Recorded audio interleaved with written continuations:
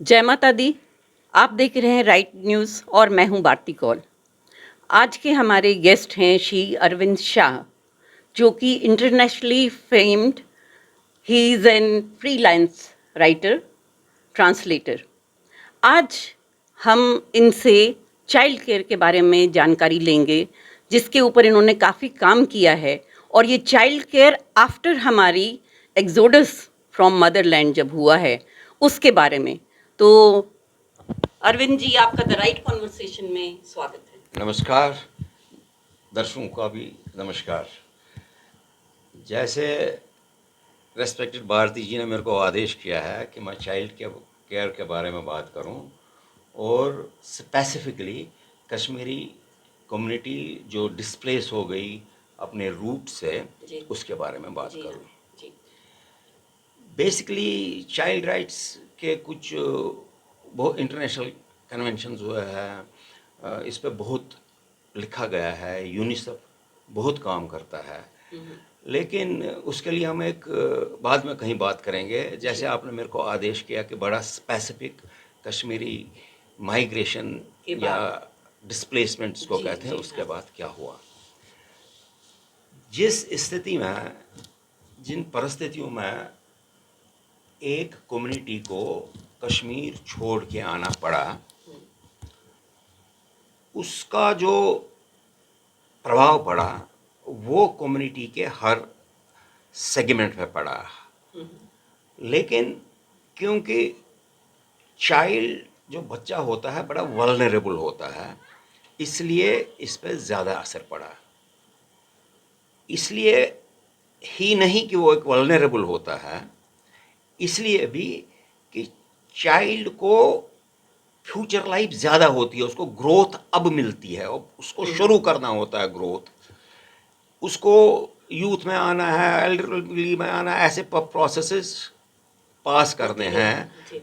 इसलिए child development बड़ी important होती है, चाइल्ड राइट्स बड़े इम्पोर्टेंट होते हैं, क्योंकि वो बिल्कुल फर्स्ट स्टेज ऑफ लाइफ पे होता है, तो उधर से ही बच्चे को आगे बढ़ना है। 4 बेसिक फंडामेंटल जो राइट्स बच्चों के होते हैं उन पे मैं टच करूँगा। एक होता है राइट टू लाइफ, बच्चे को पहले सर्वाइव कर लो। जैसे कि अभी एक विडंबना चल रही है कि फीमेल फीटिसाइड होता है, बच्चे को पेट में ही मारते हैं। पहला राइट होता है बच्चे, right to life, right to life, right to life उसका होता है, ही हैज टू लिव। तभी तो हम उसको राइट दे देंगे। अगर वो हम उसको पैदा ही नहीं होने देंगे तो राइट क्या हो जाए। दूसरा होता है जब वो पैदा हुआ उसके बाद उसको डिस्क्रिमिनेशन नहीं होना चाहिए, कि चाइल्ड को डिस्क्रिमिनेट नहीं करना है कि बड़े को प्रेफरेंस मिलेगा, छोटे को, उसको ये नहीं मिलना। किसी भी, चाहे वो लड़का हो या लड़की हो, किसी भी परिस्थिति में उसको ये नहीं लगना चाहिए कि मैं एट एन डिसएडवांटेज हूँ, कि मेरे प्रति डिस्क्रिमिनेशन होता है। तीसरा जो इम्पोर्टेंट होता है वो होता है राइट टू डिग्निटी। बच्चे को भी इंसल्ट होता है। राइट टू डिग्निटी, जैसे हम बोलते हैं बड़े को, हिंसा को, हाँ तक इसको यार इंसल्ट हो गया तुमने ये, हालांकि बड़ा उसका अभिव्यक्त कर सकता है, बोल सकता है, कह सकता है, लेकिन बच्चा नहीं कह सकता है। क्योंकि वो नहीं कह सकता, ये उसके मन में ज़्यादा मजबूत गांठ कर सकता है, उसको एक्सप्रेशन नहीं है। और बच्चा बड़ा इंटेलिजेंट होता है, ये हम को कभी नहीं सोचना चाहिए कि बच्चा इंटेलिजेंट नहीं है, बल्कि बच्चा जब पेट में ही होता है तब से ही बच्चा, वरना वो मरोड़ क्यों लेगा, वरना there are so many things. A child develops intelligence when the child is in womb itself. और जब वो पैदा हुआ वो इंटेलिजेंस उसके साथ होती है। और हाँ जी, देखते तो हैं हम, जब बच्चा, उसको भूख लगेगी तो वो रोएगा, उसका रोने का पैटर्न, जब बच्चा पेन में होता है उसका रोने का फ्रीक्वेंसी अलग होता है, जब उसका भूख लगेगा उसका रोने का तरीका अलग होगा। ये उसकी तरीके हैं। सो चाइल्ड की डिग्निटी पे भी हमको, मतलब चाइल्ड हैज़ ए डिग्निटी। और चौथा जो होता है वो है राइट टू पार्टिसिपेशन। बहुत सारे चाइल्ड राइट्स है। मैंने 4 प्रमुख चाइल्ड राइट्स को ले लिया कि पार्टिसिपेट उसको करना है। शादी में जाओगे, चाहे वो बोलता नहीं है, लेकिन उसको अच्छे कपड़े पहनाओगे तो वो ही विल फील हैप्पी। अगर वो मेंटली डिसेबल्ड है, वो भी, उसको भी आप प्यार से करो तो ही विल रेस्पॉन्ड। तो ये फंडामेंटल टॉपिकों के इर्द गिर्द मैं अपनी बात आज रखूंगा as far as Kashmiri displaced people are concern. क्योंकि कश्मीरी पंडित कम्युनिटी जो ज़्यादातर डिस्प्लेसमेंट के जद में आ गई,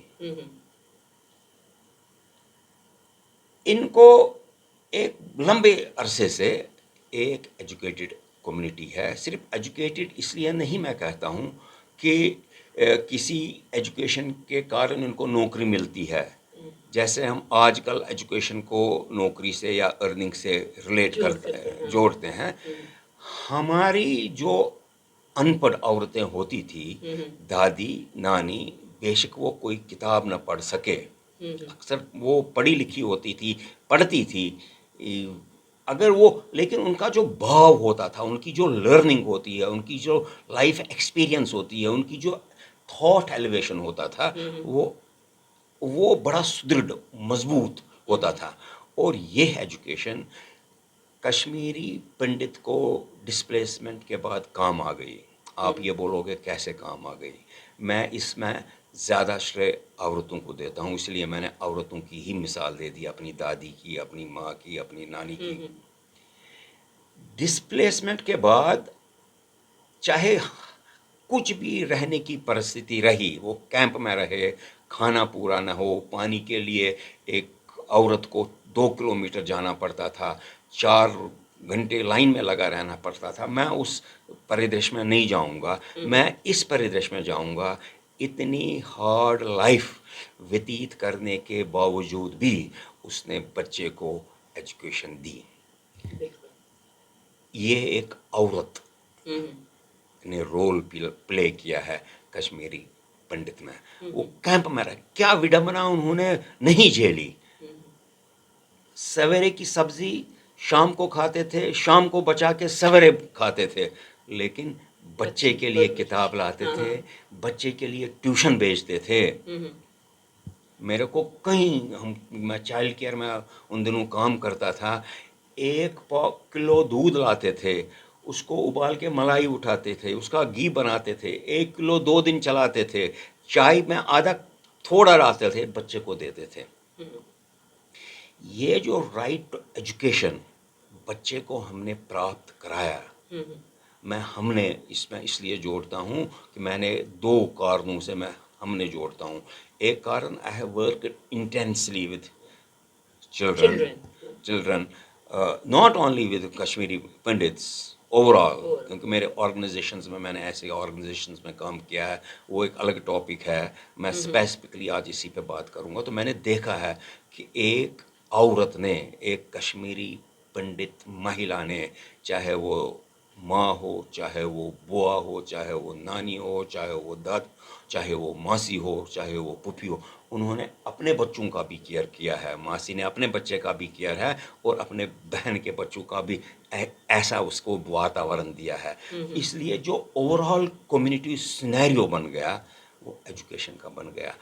ये एक बहुत बड़ा कंट्रीब्यूशन एक लेडी ने, एक माँ ने अपने बच्चे के लिए दे दिया है, और उसके परिणाम भी निकले। इसलिए ये चाइल्ड राइट माइग्रेशन के बाद एक ऐसा चाइल्ड राइट हमने उपलब्ध कराया है बच्चे को, जिसके लिए मैं बाप को अंडरमाइन नहीं करता हूँ, अंकल को अंडरमाइन नहीं करता हूँ, मामा को अंडरमाइन नहीं करता हूँ, क्योंकि वो उन्होंने भी अपने तरीके से बिल्कुल अपनी लेडीज़ का, अपनी महिलाओं का साथ दिया है, बिल्कुल जिसको हम उर्दू शब्द में कहेंगे शाना बशाना काम करके। I am eye witness to it कि कैसे वो टीन सिर पर लेके पानी लाते थे। राशन की लाइन 3-3 किलोमीटर होती थी, फिर रिलीफ 200-500 मिलता था, तो उसके लिए वो जी झां से जुट जाते थे। ये चाइल्ड राइट हमने बच्चे को उपलब्ध कराया है।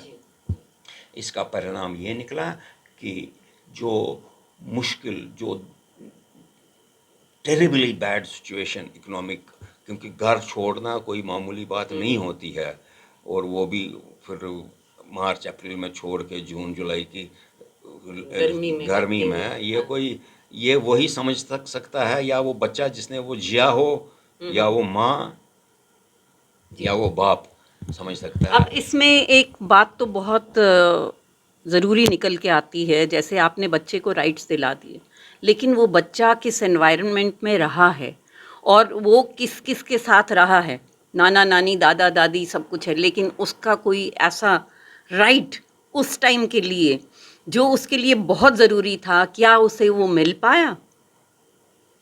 Bharti ji, you are a very good journalist. आपने एक बहुत अच्छा सवाल मेरे से पूछा। ये जो एजुकेशन का राइट मैंने आपको थोड़ा बहुत बता दिया, ये जो राइट टू डिग्निटी और right to participation and right to independence बच्चे का होता है, कई परिस्थितियों में बच्चों को ये नहीं मिला। जी। मैंने पॉजिटिव भाव जो उसको दिया गया, अब मैं उन परिस्थितियों में आता हूँ जो उनको नहीं मिला। यूजुअली बच्चे को अपना पीर ग्रुप, आसपास में अपने एज के बच्चे सराउंडिंग में होना बहुत ज़रूरी होता है, क्योंकि उनके साथ उसका मेंटल लेवल, उसकी किलकारियाँ, उसका खेलने का तरीका, उसका रोना, उसका हंसना, उसका लड़ना, उसका झगड़ना, उसका ज़िद करना, ये सब एक बॉन्ड कहीं ना कहीं जुड़ जाता है। एक वॉयलेशन जो चाइल्ड राइट्स की हो गई, खैर कैंप्स में जो रहे उनको तो ये उतना नहीं हुआ, जो लेकिन इमीडिएटली फ्लैट्स और जो थोड़ा सा इकोनॉमिकली बेटर थे, उनके बच्चों को ये ज़्यादा डिफ़िकल्टी फेस करनी पड़ी। वो दिखने को डिफ़िकल्टी नहीं है। मैं आपको उदाहरण दूंगा। एवरेज के तौर पर एक बच्चे के आसपास 4 एडल्ट्स रहे, 2 तो रहे ही रहे।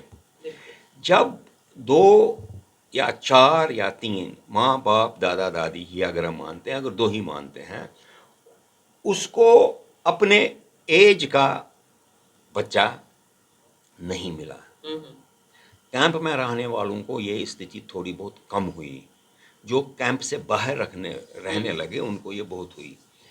तो ये जो बच्चे का साइकोलॉजिकल डेवलपमेंट और ये साइकोलॉजिकल ओरिएंटेशन हो जाता है अपने एज ग्रुप के बंदे से, चाहे माँ बाप कितना भी करे, वो भी नौकरी करके आते हैं, थक के आते हैं, वो बॉन्ड वो बच्चा अपने पेरेंट्स के साथ नहीं बना पाता है साइकोलॉजिकली, जो वो अपने एज ग्रुप के बच्चे से बनाएगा। जब हम रहते थे, जब आप शायद बड़ी हो गई होंगी, उसमें अपने बच्चे, अपना भाई 1 साल बड़ा, 2 साल बड़ा, चचेरा भाई, चचेरी बहन, फुफेरा भाई, फुफेरा बहन, एक ग्रुप बनता था जिसके साथ ये बच्चे उड़धव करते थे। एक खास किस्म का बॉन्डिंग बनता था, रिलेशन बनता था, एक ट्रेनिंग होता था।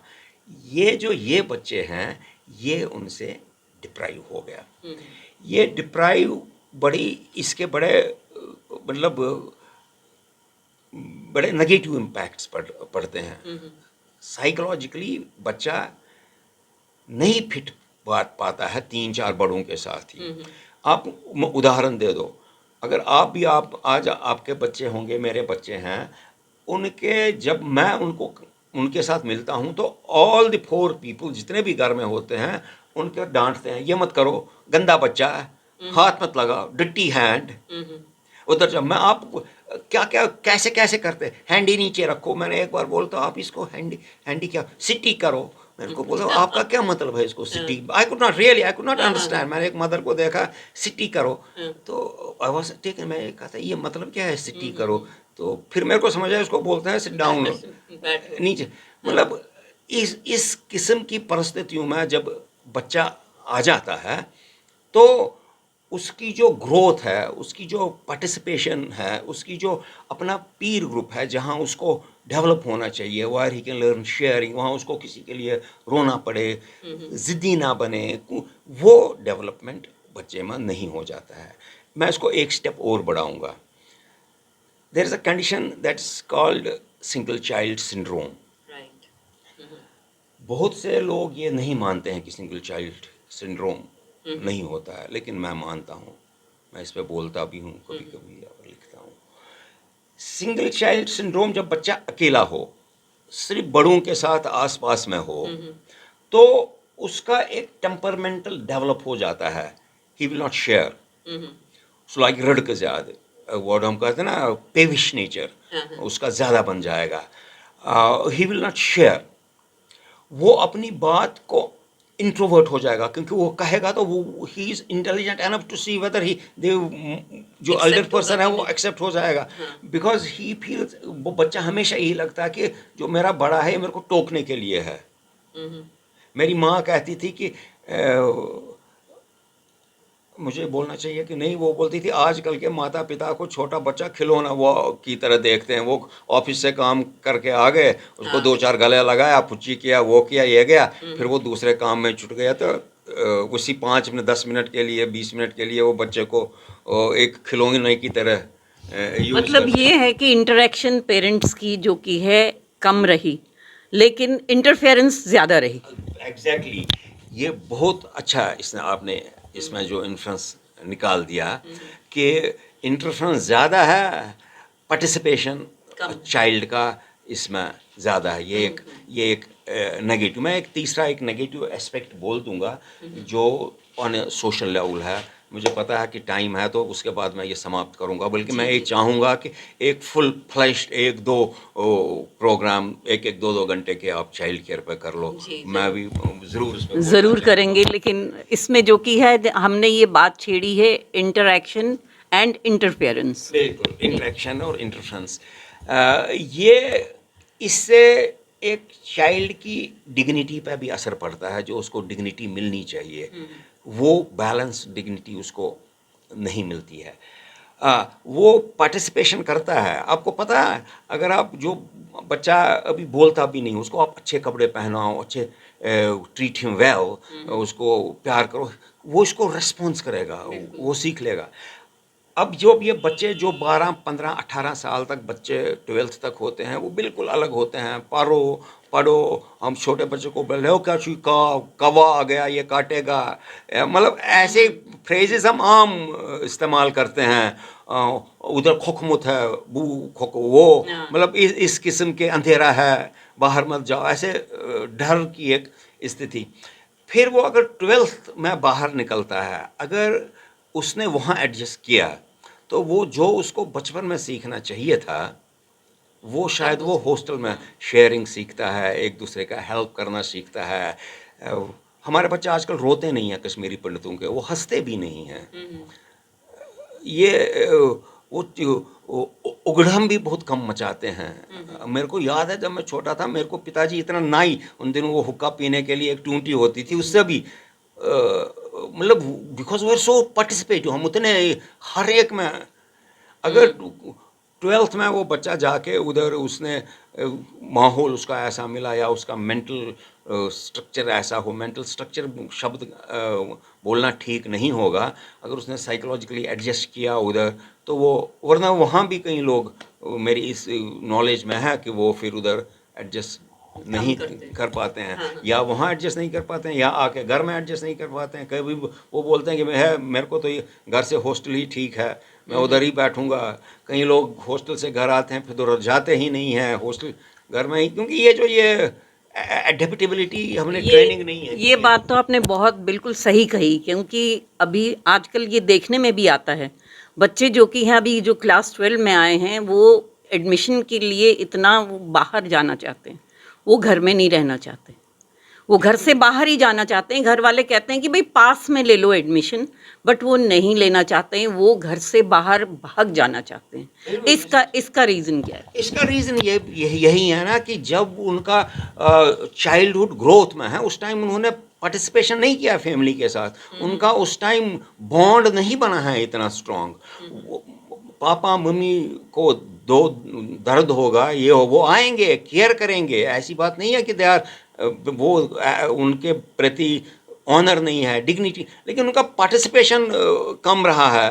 आपको मैं उदाहरण, आप किसी भी फैमिली में जाओ, मेरे घर में आओ, अपने घर में आओ, आप 4 बातें प्रमुखता अपने बच्चों से करोगे। वो तो प्रोफेसर का काम करता, आपने प्रोफेसर का काम किया, कल तुम्हारा एग्ज़ाम है, वहाँ क्या करोगे, इस टाइम आपको परसेंटेज ज़्यादा लाना है। इसके अलावा अच्छा दूध, चौथा दूध पिया तुमने तो नींद किया, कितनी नींद की, या जल्दी उठते यार सवेरे कुछ, मतलब हम जो 80% ऑफ हमारा कन्वर्सेशन हमारे बच्चों के साथ होता है इसी परिदृश्य में होता है। और अगर उसको एंटरटेनमेंट भी करोगे वो भी ड्यूटी की तरह करोगे। है आज गुन थी नीचे है, आज तुमने खेला ही नहीं, आज तो गया नहीं, as if that is also a duty कि इसको आज खेलना था। मतलब ये जो ये स्ट्रक्चर्ड लिविंग है ना, ये स्ट्रक्चर्ड लिविंग में इंडिपेंडेंस, फ्रीडम, डिग्निटी, ये जो राइट टू पार्टिसिपेशन कहीं ना कहीं लैकिंग, ये मेरा मानना है। ये ज़रूरी नहीं है कि हर कोई इसके साथ सहमत हो। नहीं, ये आपने तो जो जितने भी पॉइंट्स आपने बताए ये सारे वैलिड पॉइंट्स आपने बताए, क्योंकि ऐसा जो कि है देखने में आता है और ऐसी अपब्रिंगिंग हो चुकी है बच्चों की।